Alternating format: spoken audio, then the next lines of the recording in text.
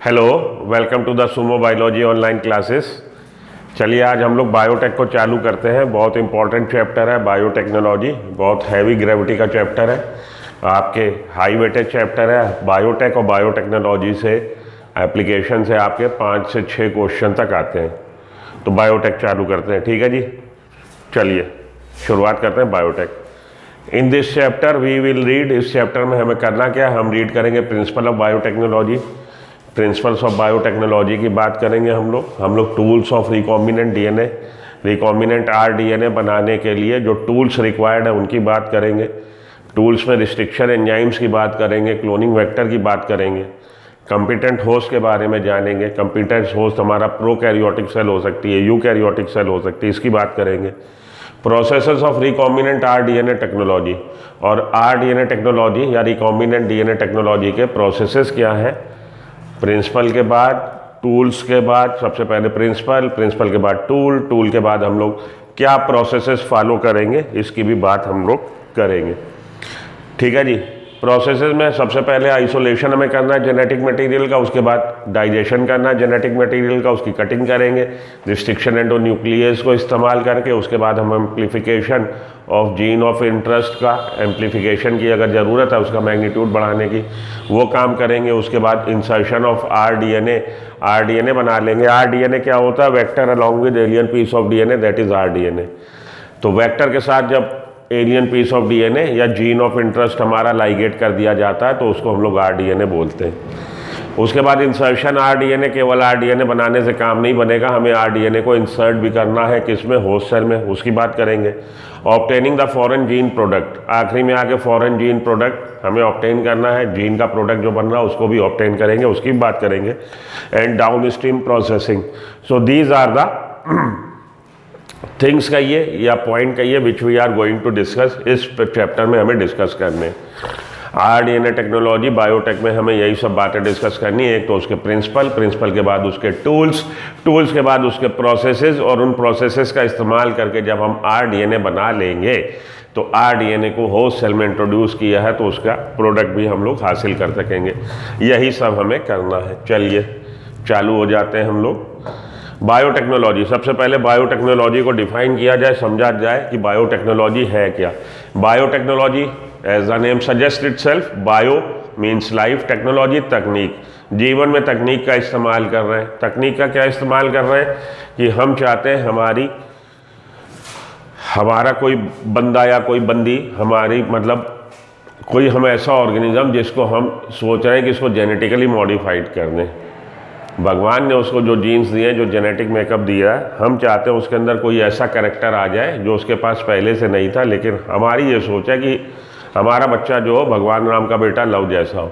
तो अगर आपको कोई ऐसा जीन मिल जाए कि वो उसको लव में कन्वर्ट कर सके, और आपके पास ये तथा आ जाए, आपके पास ये काबिलियत आ जाए कि आप उस जीन ऑफ इंटरेस्ट को इंट्रोड्यूस कर सके अपने बच्चे में, आप ज़रूर करेंगे अगर आपने ऐसा सोचा है तो, अगर आपकी ऐसी मंशा है तो अपनी मंशा के मुताबिक मैनिपुलेट करना चीज़ों को, टेक्नोलॉजी का इस्तेमाल करके लाइफ फॉर्म को बदलना, अल्टर करना, बायोटेक्नोलॉजी। आसान शब्दों में, बिल्कुल क्लियर शब्दों में आपको आसान भाषा में बताया है। तो थोड़ा सा कलिष्ट भाषा भी समझ लीजिए कि बायोटेक्नोलॉजी क्या कहती। Biotechnology deals with technique of using living organism, live organisms और enzyme from organism to produce products and processes that are useful for the human being. तो बायोटेक्नोलॉजी कहती है कि हम इस्तेमाल कर लें, लाइव ऑर्गेनिज्म को इस्तेमाल कर लें, जिंदा ऑर्गेनिज्म को एज अ होल, पूरे का पूरा ऑर्गेनिज्म को, या उसके किसी पार्ट को, या उसके किसी सेल को थोड़ा सा इस्तेमाल कर लें, या उसमें से एंजाइम को।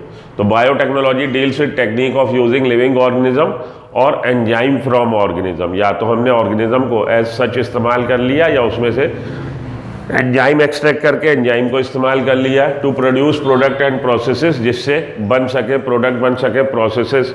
ऐसी प्रक्रिया हम डेवलप कर लें जो यूजफुल हो ह्यूमन के लिए, ह्यूमन बीइंग के लिए, मानव जाति के कल्याण हेतु हम इस्तेमाल कर ले रहे हैं। In this sense making curd, इस तरह से अगर हम डिफाइन कर रहे हैं तो हम बोलेंगे कि अगर आप दूध से दही बनवा रहे हो तो वो भी एक तरह से बायोटेक्नोलॉजी है। अगर आप दूध से दही बनवा रहे हो तो पारंपरिक रूप से कन्वेंशनल जो हमारी ओल्ड बायोटेक्नोलॉजी कहती थी, वो बायोटेक्नोलॉजी देखिए दो में आएगी, ओल्ड बायोटेक और न्यू बायोटेक। अगर ओल्ड बायोटेक्नोलॉजी की हम बात करें, जो ओल्ड बायोटेक्नोलॉजी की डेफिनेशन थी, उस डेफिनेशन के हिसाब से दूध से दही बनाना भी अपने आप में ये प्रक्रिया भी ऐसी है कि वो बायोटेक की श्रेणी में आ सकती है। तो मेकिंग कर्ड बायोटेक्नोलॉजी हो जाएगी कि कर्ड हम बना रहे हैं, ये भी बायोटेक्नोलॉजी है। ब्रेड, अगर हम ब्रेड बनवा रहे हैं या यीस्ट सैक्रोमाइसिस सेरेवेसी का इस्तेमाल करके हम बेकरी में ईस्ट से हम फर्मेंटेशन करके हम ब्रेड बनवा रहे हैं या वाइन बनवा रहे हैं, तो वो भी बायोटेक्नोलॉजी में आ जाएगा, which are all microbe mediated process. तो कर्ड बनवाना, ब्रेड बनवाना, वाइन बनवाना, ये सारे माइक्रोब मेडिएटेड प्रोसेसेस हैं, माइक्रोब का रोल है इसमें। इस वजह से हम कह सकते हैं कि ये सारे के सारे बायोटेक को रिप्रेजेंट कर रहे हैं। Could also be thought as a form of biotechnology. तो ओल्ड बायोटेक्नोलॉजी में ये सब चीज़ें आती थी। Old biotechnology however it is used in a restricted sense today. आज की तारीख में, हालांकि ये सब थोड़ा सा रिस्ट्रिक्टेड है, आज की तारीख में हम लोगों ने डेफिनेशन बदल दी है, थोड़ा अपना नज़रिया बदल दिया, लेकिन जो पुरानी बायोटेक्नोलॉजी थी उस हिसाब से ये सब भी बायोटेक्नोलॉजी है। However it is used in a restricted sense. आज की तारीख में थोड़ा सा और रिफाइन हम करेंगे और फाइन ट्यूनिंग करेंगे बायोटेक्नोलॉजी को समझने की। आज की तारीख में ये रिस्ट्रिक्टेड सेंस में हम इसको यूज़ कर रहे हैं बायोटेक्नोलॉजी को, जिसको हम न्यू बायोटेक्नोलॉजी कहते हैं। तो न्यू बायोटेक्नोलॉजी क्या है?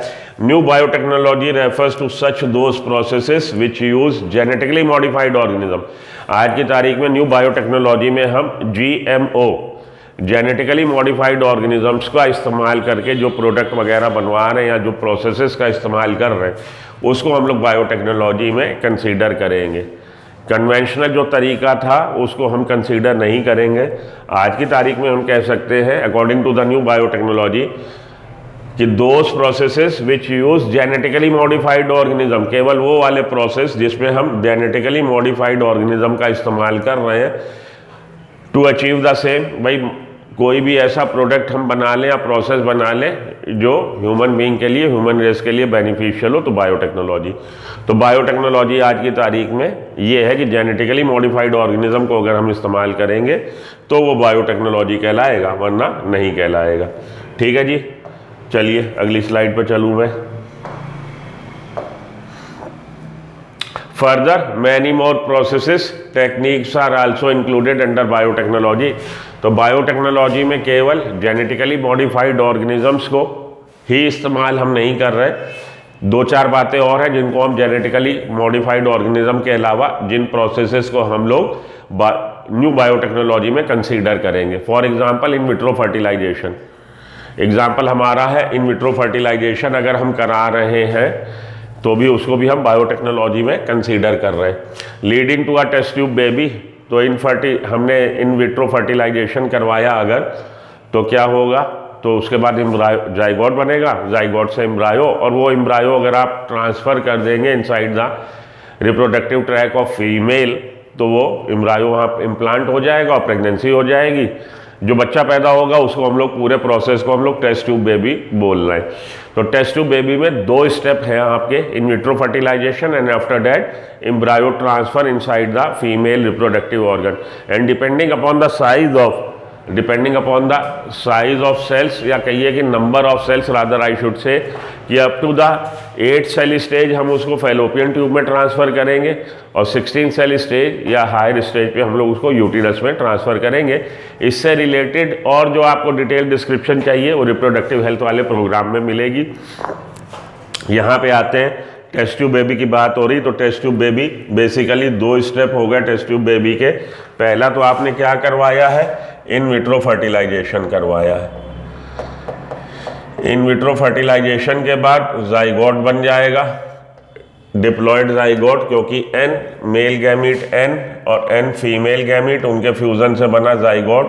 वो जाइगोट जर्मिनेट होके क्या बनाएगा, भाई सेल्स बनने लगी उसमें, 2 सेल स्टेज, 4 सेल स्टेज, और 2 सेल 4 स्टेज के बाद 8 सेल स्टेज।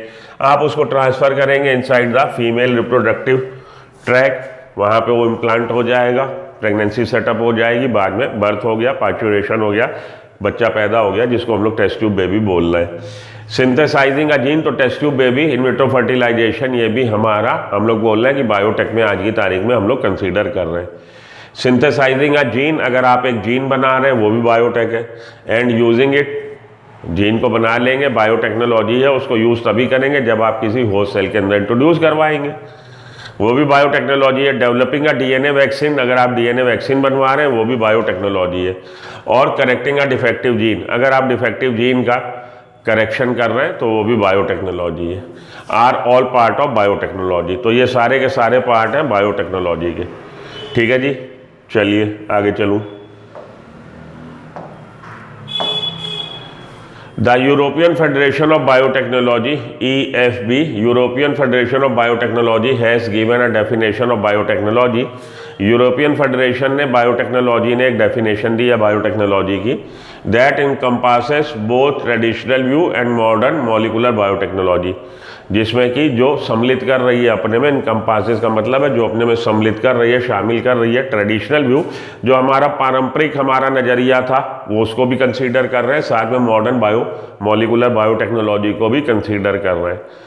तो यूरोपियन फेडरेशन ऑफ बायोटेक्नोलॉजी ने जो परिभाषा दी है, the definition given by European Federation of Biotechnology is as follow, वो डेफिनेशन कहती है the integration of natural science and organism, integration of natural science and organism, हम एकीकृत कर देंगे अपनी जानकारी को, जो हमारे पास नॉलेज है, इंटीग्रेशन ऑफ नेचुरल साइंस जो हमारी प्राकृतिक ज्ञान है, जो प्राकृतिक विज्ञान है, और ऑर्गेनिज्म को इंटीग्रेट किया है हमने, किस लिए, ऐसे प्रोसेसेस को बनवाने के लिए, ऐसे प्रक्रियाएं बनवाने के लिए, या ऐसा प्रोडक्ट बनवाने के लिए जो यूज़फुल है ह्यूमन बीइंग के।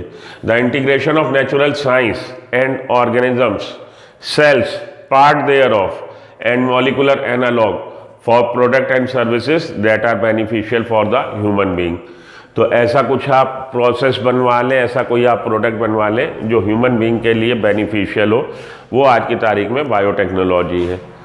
तो यूरोपियन फेडरेशन ऑफ बायोटेक्नोलॉजी कहती है the integration of natural science and organisms of part thereof और सेल फॉर द, किसके लिए, for the product and services which are beneficial for the human being, वो हो जाएगा हमारा बायोटेक्नोलॉजी। अब आते हैं हम लोग प्रिंसिपल्स ऑफ बायोटेक्नोलॉजी पे आते हैं कि बायोटेक्नोलॉजी के प्रिंसिपल्स क्या है, सिद्धांत क्या है, किन सिद्धांतों पे चल के हम बायोटेक्नोलॉजी को फॉलो कर रहे हैं। Among many the two core techniques that enable birth of the modern biotechnology, तो कई सारी टेक्निक में दो टेक्निक मेन है बायोटेक्नोलॉजी की कोर में, जिसको हमें ध्यान में रखना है। Among many two core technique, दो मेन टेक्निक हैं जो उसकी अंतरात्मा है, जो इस सारे कॉन्सेप्ट की आत्मा है, सोल है, उसकी बात करने जा रहे हैं हम लोग। Genetic engineering, techniques to alter the chemistry of genetic material, जिसकी सहायता से हम जेनेटिक मटेरियल को ऑल्टर कर लेंगे, उसको मैनिपुलेट कर लेंगे।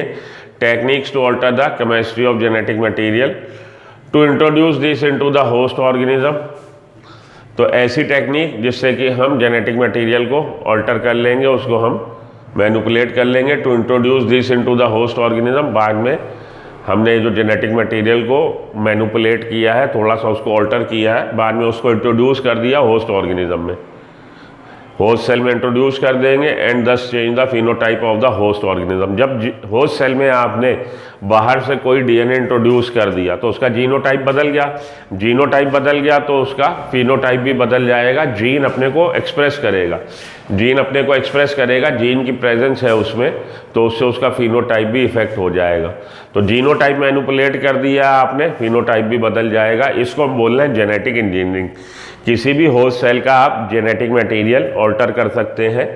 Technique to alter the chemistry, आपने जेनेटिक मटेरियल ऑल्टर कर दिया है, to introduce this into the host organism, बाद में डीएनए आपने नया उसमें एलियन डीएनए इंट्रोड्यूस कर दिया तो उसका जीनोटाइप बदल जाएगा, जीनोटाइप बदलने से फिनोटाइप बदल जाएगा। ये है जेनेटिक इंजीनियरिंग। उसके बाद bio process engineering, second step.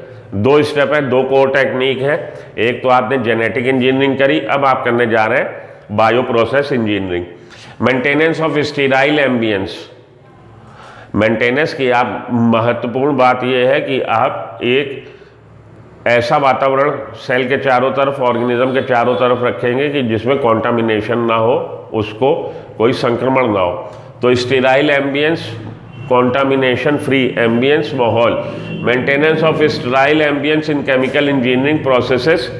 Chemical engineering के प्रोसेस में इससे पहले वाला जो स्टेप था हम लोग का बायोकेमिकल इंजीनियरिंग, हम लोगों ने केमिकल इंजीनियरिंग करी थी, अब हम लोग बायो प्रोसेस इंजीनियरिंग करने जा रहे हैं।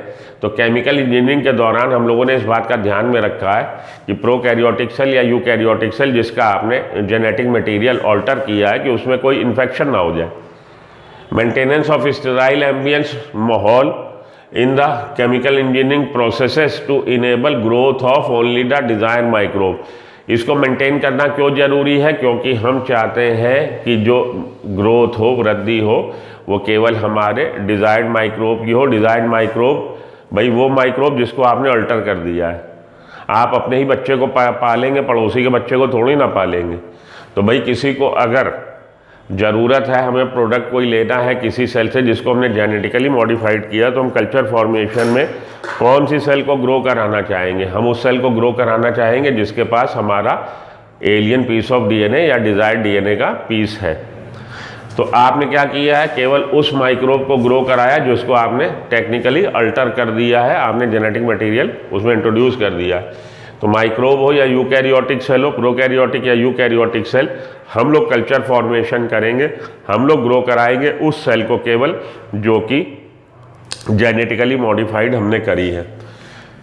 तो chemical engineering processes to enable growth of the only the desired microbe, केवल डिजायर्ड माइक्रोब को ग्रो कराएंगे या यूकैरियोटिक सेल को in a large quantity for the manufacture of biotechnological products like antibiotic, vaccine, enzyme etcetera. तो ये जो genetically modified cell है, जब हम उसको केवल ग्रो कराएंगे तो हमें हमारी पसंद का प्रोडक्ट मिल जाएगा। या तो हम वैक्सीन बनवाने जा रहे हैं, या हम कोई एंजाइम बनवाने जा रहे हैं, या हम कोई हार्मोन बनवाने जा रहे हैं, या हम कोई प्रोटीन, जो भी आप अपने होस्ट सेल से चाहते हो, जो आपका नज़रिया है, जो मोटिव है, वो मोटिव आपका फुलफिल तभी होगा जब आप जेनेटिकली मॉडिफाइड ऑर्गेनिज्म को केवल ग्रो कराएंगे और वो हेल्दी सेल हो और डिजीज सेल ना हो, उसमें कोई कॉन्टामिनेशन ना हो। तो सबसे पहले आपने केमिकल इंजीनियरिंग करी है, जेनेटिकली मॉडिफाइड कर दिया है, फिर आपने बायो प्रोसेस किया। आपने जब ये जेनेटिकली मॉडिफिकेशन किया है और उसका कल्चर फॉर्मेशन करने जा रहे हैं, तो इस चीज़ का पूरी तरह से हम ध्यान रखेंगे कि सेल में कोई कॉन्टामिनेशन, कोई इन्फेक्शन ना हो जाए। तो जिस सेल को मॉडिफाई किया उसके चारों तरफ हम लोग वातावरण ऐसा रखेंगे कि उसमें कोई इन्फेक्शन ना हो। Let us understand the conceptual development of the principle of genetic engineering. अब हम लोग बात करें कि ये कॉन्सेप्ट, ये ख्वाबो ख्याल, ये बैठे बैठे खुराफात किसके दिमाग में आई और क्यों आई? ये खुराफात दिमाग में आने का कारण क्या है? ये हमें क्यों ज़रूरत महसूस हुई कि हम जेनेटिकली मॉडिफाइड करें ऑर्गेनिज्म को? उस चीज़ की ज़रूरत क्यों महसूस हुई? तो ये कॉन्सेप्ट कहिए कैसे डेवलप हुआ, क्यों डेवलप हुआ? प्रिंसिपल्स ऑफ जेनेटिक इंजीनियरिंग के तहत हम इसको पढ़ेंगे। You probably appreciate the advantage of sexual reproduction over asexual reproduction. हम जानते हैं कि एसेक्सुअल रिप्रोडक्शन की तुलना में सेक्सुअल रिप्रोडक्शन बेनिफिशियल है। क्यों बेनिफिशियल है? क्योंकि सेक्सुअल रिप्रोडक्शन में दो डिफरेंट ऑर्गेनिज्म के गैमीट फ्यूज़ होते हैं। तो दो डिफरेंट ऑर्गेनिज्म के गैमीट के फ्यूज़ होने से दो डिफरेंट ऑर्गेनिज्म का जीनोम प्रोजीनी में जाता है, तो वेरिएशन बनते हैं। इसके अलावा रिकॉम्बिनेशन होता है, क्रॉसिंग ओवर होता है। तो कई सारे कारण हैं कि जिसकी वजह से सेक्सुअल रिप्रोडक्शन के दौरान वेरिएशन आते हैं।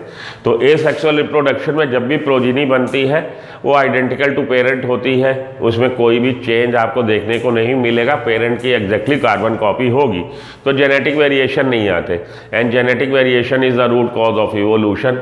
इवोल्यूशन का चांस आपको तभी मिलेगा जब जेनेटिक वेरिएशंस होंगे। नेचर तभी सिलेक्ट करेगी जब वेरिएशन होंगे। अगर वेरिएशन नहीं है तो नेचर सिलेक्ट किसको करेगी? कद्दू को कद्दू, कद्दू कद्दू कद्दू, ये चारों तरफ तो कद्दू ही मिलेगा। लेकिन कद्दू के साथ अगर पनीर है, भिंडी है, तरोई है, तब आपको फर्क मिलेगा। मतलब कहने का ये है कि अगर आपके पास वेरिएंट है तब तो आप कंपैरिजन करके चूज करोगे ना कि विच वन इज़ बेटर। और अगर आपके पास वेरिएंट ही नहीं है, केवल एक ही चीज़ अवेलेबल है, तो फिर आपको beggars are not the choosers. अगर आप बेगर्स की श्रेणी में है कि आपके पास विकल्प ही नहीं है, विकल्प होंगे तब आप चूज करेंगे, विकल्प ही नहीं है तो फिर जो है जैसा है, मेरा पति मेरा देवता है, वो वाला सीन है। ठीक, द फॉर्मर प्रोवाइड्स अपॉर्चुनिटीज, तो ए सेक्सुअल रिप्रोडक्शन की तुलना में सेक्सुअल रिप्रोडक्शन बेटर है because it gives the chance for the variation. The former provides opportunities for variation and formulation of unique combination of genetic setup, some of which may be beneficial to the organism as well as population. भाई genetic recombination बनेंगे, नए recombination नए संयोजन से हो सकता है, कोई ऐसा एलील, कोई ऐसी जेनेटिक रचना बन जाए जो कि बेनिफिशियल हो, ऑर्गेनिज्म के लिए तो हो ही हो, पॉपुलेशन के लिए भी बेटर हो। तो जेनेटिक रिकॉम्बिनेशन से इस तरह के चांस मिलते हैं कि कुछ सुपीरियर क्वालिटी डेवलप हो जाए। Asexual reproduction preserves the genetic information, whereas asexual reproduction में वेरिएशन आने का चांस 0/सन्नाटा, 0/0, 0/0 साइंस है, while sexual reproduction permits variation, और सेक्सुअल रिप्रोडक्शन से वेरिएशन आते हैं। ट्रेडिशनल हाइब्रिडाइजेशन, हम लोग जो ट्रेडिशनल हाइब्रिडाइजेशन के प्रोग्राम चला रहे हैं प्लांट इम्प्रूवमेंट के लिए या आप कहिए एनिमल की स्पीसीज़ के इम्प्रूवमेंट के लिए, तो उसमें भी हमारे हाथ जो है बंधे हैं। बंधे इसलिए कि मानिए यहाँ पे procedures use in the plant and animal breeding very often lead to inclusion and multiplication of undesirable genes along with the desired gene. हाथ बंधे ये हैं कि हम वहाँ पे ये ऑप्शन नहीं लगा सकते कि भैया मीठी मीठी गप कड़वी कड़वी थू, कि आपको केवल अच्छी चीज़ें मिले बुरी चीज़ें ना मिले। कन्वेंशनल जब हम ये लोग प्लांट ब्रीडिंग करवा रहे हैं या एनिमल ब्रीडिंग करवा रहे हैं for the improvement of the race, तो ज़रूरी नहीं है कि जो प्रोजीनी बन रही है उसमें केवल आपके डिज़ायर्ड कैरेक्टर ही आए या बेनिफिशियल कैरेक्टर ही आए। हो सकता है जब आप इसको नेचुरल प्रोसेस को फॉलो कर रहे हैं तो जो प्रोजीनी बन रही है उसमें आपके हार्मफुल इफेक्ट या हार्मफुल एलील भी आए, कैरी हो जाए। तो हम इसको ये नहीं कह सकते कि नहीं भैया हमको चूजी है, हम तो केवल हमें सिलेक्टेड, केवल आप अच्छे जीन्स दे दो, बुरे जीन्स हमें नहीं चाहिए, ऐसा नहीं हो सकता। नेचुरल प्रोसेस के दौरान क्योंकि ईच एंड एवरी क्रोमोजोम जो असॉर्टमेंट हो रहा है वो इंडिपेंडेंट असॉर्टमेंट हो रहा है, क्रोमोजोम इंडिपेंडेंटली असॉर्ट होते हैं, तो उसमें हम ये सुर लय ताल नहीं लगा सकते, हम ये कंडीशन नहीं लगा सकते कि भाई हमें केवल आप वो एलील दे दो, वो क्रोमोजोम दे दो which are carrying the useful allele कह लीजिए, तो ये वहाँ पे नहीं हो सकता। तो जब आप कन्वेंशनल ब्रीडिंग करवा रहे हो तो कई बार ऐसा होता है कि प्रोजीनी में डिजायर्ड जीन के साथ अनवांटेड जीन्स भी आ जाते हैं। The technique of using genetic engineering which include creation of recombinant DNA, use of gene cloning and gene transfer overcome this limitation. अब अगर हमारे पास ये सिलेक्शन हो कि हम केवल चुन चुन के अच्छे फल खरीद के ले लें ठेले से, तो आप चुनने लग जाते हो। और वही चीज़ हमारे पास है कि अगर हमारे पास ये विकल्प उपलब्ध है कि जो भी हमारे पास जर्म प्लाज है उस जर्म प्लाज में से आप चुन लीजिए कि जो बेनिफिशियल एलील है उसको चुन लीजिए, तो आप चुन लेंगे, आप उसमें से अनवांटेड एलील या हार्मफुल एलील हटा देंगे। तो यहाँ पे यही हमने किया है जब हमने जेनेटिक इंजीनियरिंग करी है। जेनेटिक इंजीनियरिंग इस बात का स्कोप हमें देती है कि हम चुन लें कि कौन से एलील को हम ट्रांसफ़र करना चाहते हैं या कौन से जीन को हम ट्रांसफ़र करना चाहते हैं किसी ऑर्गेनिज्म में और उसको जेनेटिकली मॉडिफाइड करना चाहते हैं। तो हम जब भी ट्रांसफ़र करेंगे हम बेनिफिशियल एलील ही ट्रांसफ़र करेंगे, हम हार्मफुल एलील को ट्रांसफ़र नहीं करेंगे। The technique of genetic engineering which include creation of recombinant DNA, use of gene cloning, gene को क्लोन कराएंगे, एंड जीन ट्रांसफ़र, जीन को ट्रांसफ़र करेंगे, ओवरकम दिस लिमिटेशन। तो ये जो हमारे हाथ बंधे थे कि भाई हमारे पास व्यवस्था नहीं थी, हम नेचर पे डिपेंडेंट है कि नेचर हमें जो चीज़ शफल करके दे देगी हमें लेनी पड़ेगी। लेकिन अगर हमारे पास ये ऑप्शन हो कि हम चुन लें, नेचर जो हमें ऑफर कर रही है, हम कहें नहीं जी हमें मीठी मीठी चीज़ दे दो, कड़वी कड़वी हम नहीं लेंगे, तो हम कर लेंगे। जेनेटिक इंजीनियरिंग यही कर रही है। जेनेटिक इंजीनियरिंग से इस बात की लिमिटेशन को हम लोगों ने न्यूट्रल कर दिया कि अब हम कह रहे हैं हम सिलेक्टिव हो गए, चूजी हो गए, कि हम तो भैया जो प्रोजीनी बना रहे हैं उसमें केवल यूजफुल एलील ही हम डालेंगे। And allow us to isolate and introduce only one or a set of desired gene. तो हम एक या एक से ज़्यादा डिजायर्ड जीन जो मनोवांछित गुण है हमारे, उन गुणों को संपन्न करने वाले एलील को ही हम नेक्स्ट प्रोजीनी में, अगली जनरेशन प्रोजीनी में इंट्रोड्यूस करेंगे। हम हार्मफुल एलील को डिस्कार्ड कर देंगे कि नहीं हमें नहीं चाहिए, without introducing undesirable gene. Undesirable gene हम नहीं चाहते कि हमारे हाइब्रिड में या प्रोजीनी में आए। Do you know the likely fate of piece of DNA which is somehow transferred into the alien organism. अब आपने किसी तरह से समहाउ वेक्टर डिपेंडेंट और नॉन वेक्टर मीडिएटेड आपने एंट्री करा दी डिजायर्ड डीएनए की इनटू द ऑर्गेनिज्म, तो क्या होगा, उसका फेट क्या होगा। Most likely the piece of DNA would not able to multiply itself. तो ज़्यादातर केस में अगर आपने ऐसे ही आंख मूंद के स्टेडियम के बाहर छक्का मार दिया, गेंद खो जाएगी। अगर आपने बगैर कुछ सोचे समझे जीन को इंट्रोड्यूस कर दिया है किसी होस्ट सेल में, तो कोई फ़ायदा नहीं होगा। फ़ायदा कब होगा, फ़ायदा तब होगा कि जब उसके साथ आप कोई ऐसी चीज़ भेजें कि ओरिजिन ऑफ रेप्लिकेशन हो, ताकि ओरिजिन ऑफ रेप्लिकेशन से जब भी जीन का डुप्लीकेशन हो डीएनए का, तो इसका भी लगे हाथ डुप्लीकेशन हो जाए। Which is somehow transfer to the alien organism, most likely this piece of DNA would not be able to multiply itself in the progeny. तो ज़्यादातर केस में क्या है कि प्रोजीनी सेल में इसका मल्टीप्लिकेशन नहीं हो रहा।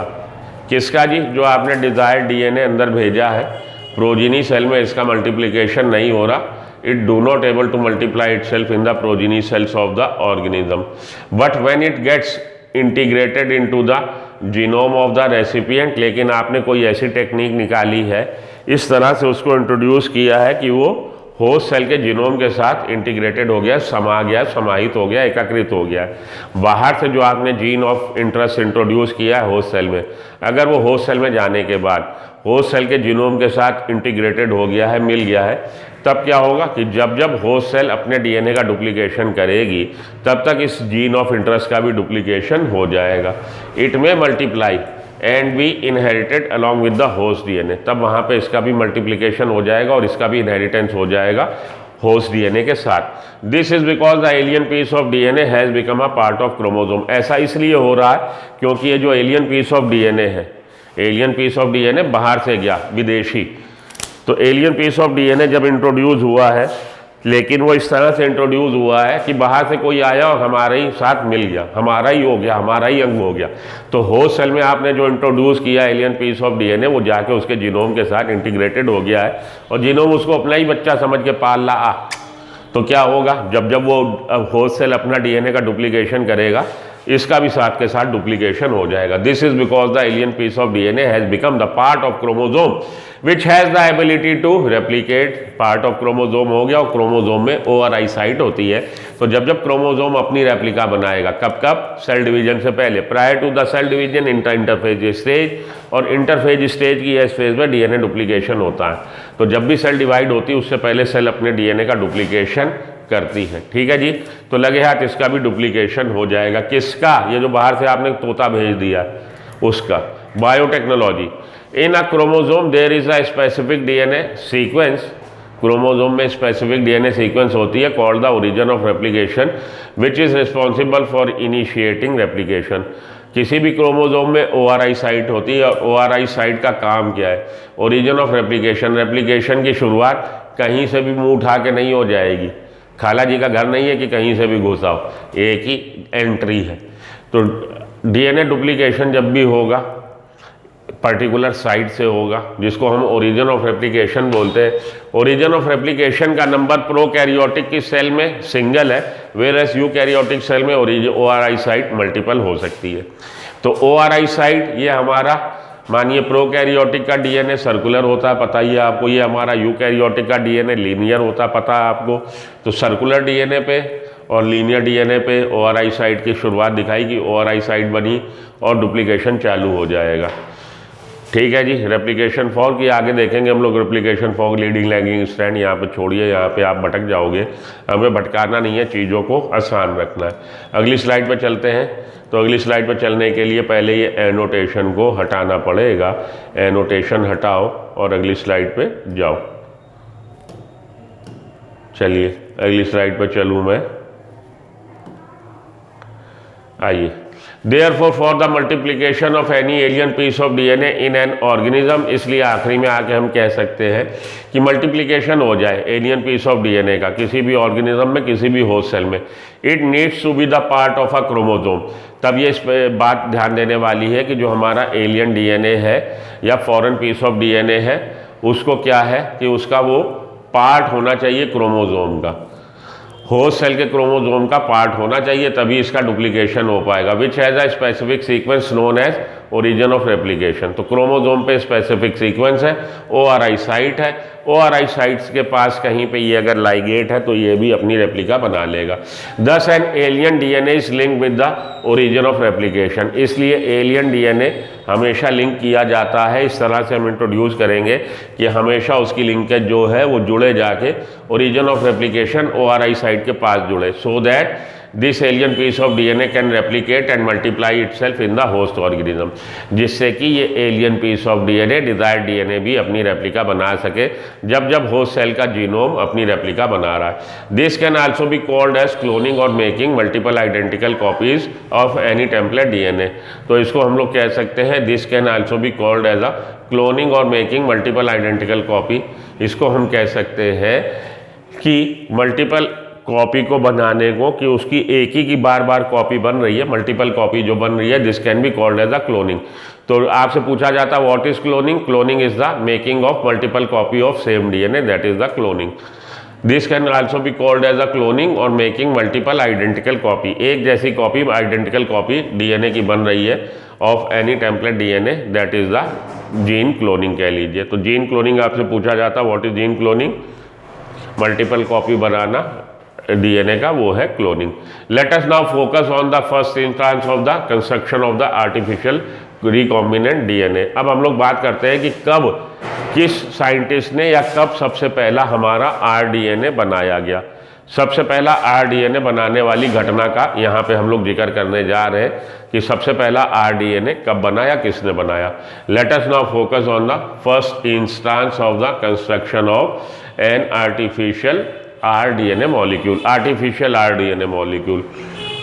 The construction of the first recombinant DNA emerged from the possibility of linking a gene encoding antibiotic resistance with a native plasmid of Salmonella typhimurium।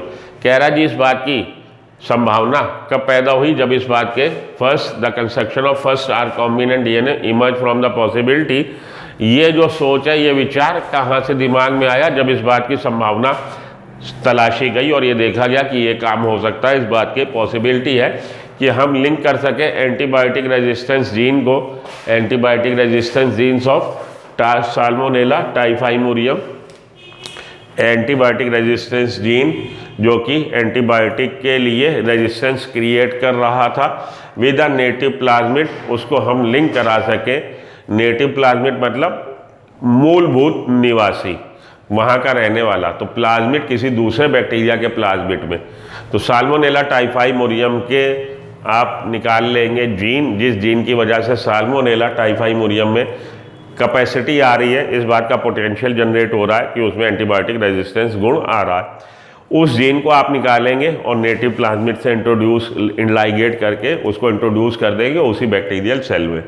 कह रहा है जी जब इस बात की संभावना बन गई कि हम ये काम कर सकते हैं, तो इस चीज़ को समझ लिया गया कि rDNA का सिंथेसिस हो सकता है। स्टेनले कोहेन, साइंटिस्ट का नाम याद रखिएगा, Herbert Boyer accomplish this in the 1972।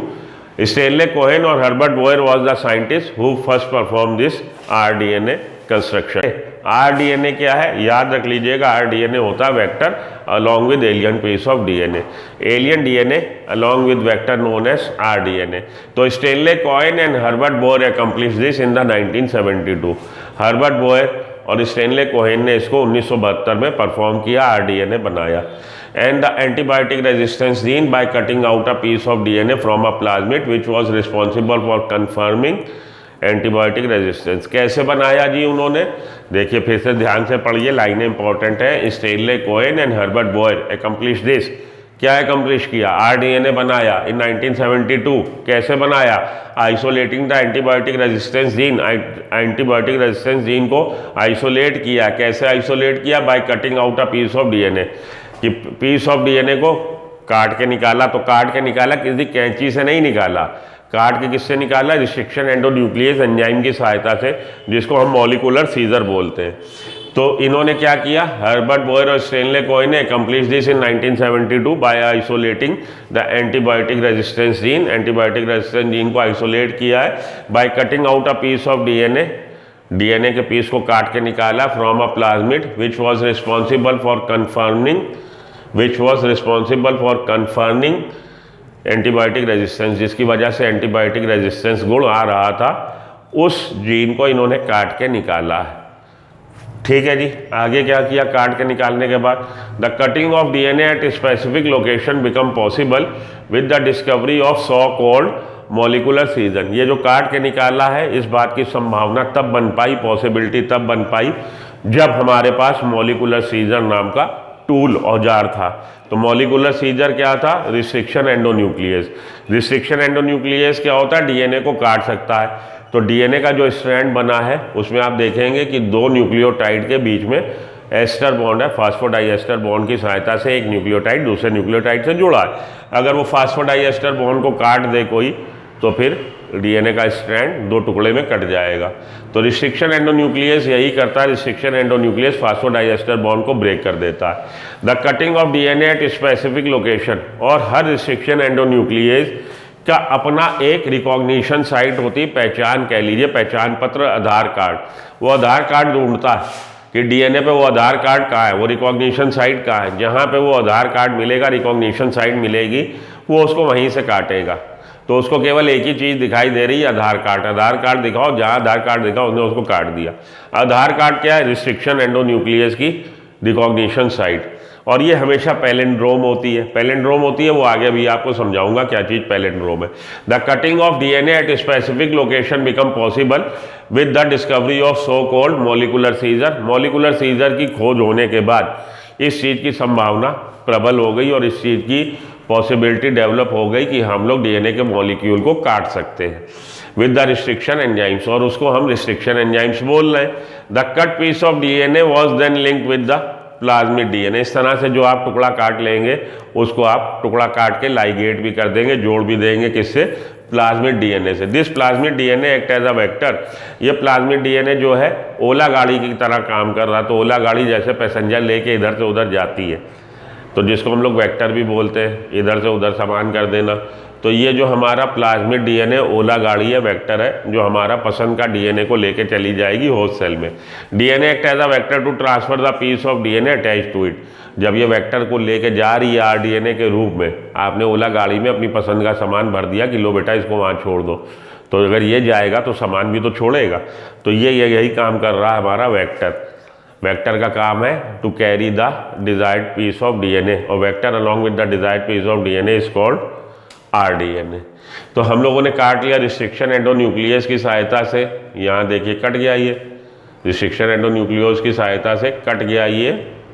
उसके बाद क्या हुआ? कट गया तो ये आपका देखिए पीसेस अलग हो जाएंगे, उनके बीच में गैप आ जाएगा, और उस गैप को हम लोग फिलअप कर सकते हैं with the alien piece of DNA. You probably know that mosquito act as a insect vector to transfer the malarial parasite into the human body।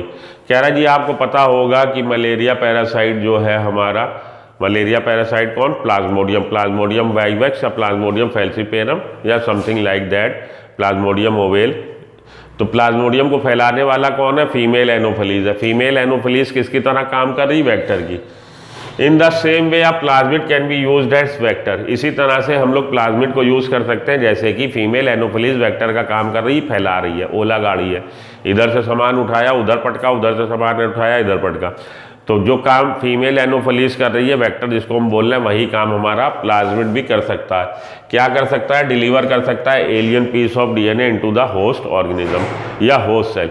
अगर हमने इस प्लाज्मिड के साथ अपना डिजायर्ड डीएनए लाइगेट कर दिया है तो ये उसको भी लेके चला जाएगा, कैरी करेगा। The linking of antibiotic resistance gene with the plasmid vector become possible with the enzyme DNA ligase. और इसको जोड़ने का काम, भाई काटने का काम किससे किया है? रिस्ट्रिक्शन एंडोन्यूक्लियस से। जो टुकड़ा कटा उसको हमें जोड़ना भी तो है, तो जोड़ने का काम के लिए आपको फेविकोल चाहिए। चिपका ले भैया फेविकोल से, तो चिपका दो फेविकोल से। यहाँ फेविकोल कौन है? यहाँ फेविकोल डीएनए लाइगेज है। डीएनए लाइगेज की सहायता से हम लाइगेट कर देंगे जो आपने डिजायर्ड पीस ऑफ डीएनए है उसको वेक्टर के साथ, तब वो कहलाएगा आरडीएनए। तो DNA ligase which act on the cut DNA molecule and join their end. तो कट डीएनए मॉलिक्यूल उनके आखिरी के एंड कॉम्प्लीमेंट्री होने चाहिए। लाइगेज ने उसको जोड़ दिया। ज्वाइनिंग टू ब्लंट एंड जोड़ना मुश्किल है, स्टिकी एंड जोड़ना आसान है। आगे फिर से जिक्र आएगा स्टिकी एंड ब्लंट एंड, तब वहाँ बता दूंगा क्या होता है। This makes a new combination of circular automatically replicating DNA created in vitro and known as recombinant DNA. इस तरह से आरडीएनए बना लिया गया जब प्लाज्मिड में जोड़ दिया गया है desired piece of DNA. This makes a new combination, एक नया कॉम्बिनेशन बन गया, एक नया कॉम्बिनेशन बन गया कि प्लाज्मिड के साथ आपने जोड़ दिया किसको, डिजायर्ड डीएनए को। डिजायर्ड डीएनए यहाँ पे क्या है, एंटीबायोटिक रेजिस्टेंस जीन, जो कि साल्मोनेला टाइफाइमोरियम से निकाला, उसको प्लाज्मिड में जोड़ दिया। This makes a new combination of circular autonomously replicating DNA created in vitro. तो इन विट्रो आपने नया एक कॉम्बिनेशन बना लिया जिसको आप आरडीएनए बोल रहे हैं। When this DNA is transferred into E. coli cell, जब इस डीएनए को हमने ट्रांसफर किया एशेरेकिया कोलाई सेल में, अब bacterium closely related to Salmonella, ये बैक्टीरिया जो उसके निकट का संबंधी है, चाचा बुआ ताऊ का लड़का है, फूफा फूफी का लड़का है, जो भी है उसका निकट का संबंधी है, क्लोज रिलेटिव है। Salmonella it could replicate using the new host DNA polymerase. तो साल्मोनेला में जब आपने इस डीएनए को इंट्रोड्यूस कर दिया आरडीएनए को, तो ये वहाँ जाके अपना नंबर बढ़ा पाएगा। क्यों बढ़ा पाएगा कि दोनों निकट के संबंधी हैं। तो साल्मोनेला का जो आपने निकाला था एंटीबायोटिक रेजिस्टेंस जीन, वो अब आ गया ई कोलाई में, और ई कोलाई के डीएनए पॉलीमरेज को वो अपना समझ के वहाँ रेप्लिकेट करेगा। DNA polymerase enzyme and make multiple copy, और मल्टीपल कॉपी बना देगा। The ability to multiply copies of antibiotic resistance gene in E coli we are called cloning. और क्योंकि ये वहाँ जाके मल्टीपल कॉपी बना रहा है और इसकी इस क्षमता को ये मल्टीपल कॉपी बना लेगा, हम लोग बोल रहे हैं cloning of the gene. Cloning gene की हो रही है, मल्टीपल कॉपी बना रहा। Cloning of the antibiotic resistance gene in E coli cell, E coli cell में क्लोनिंग हो गई।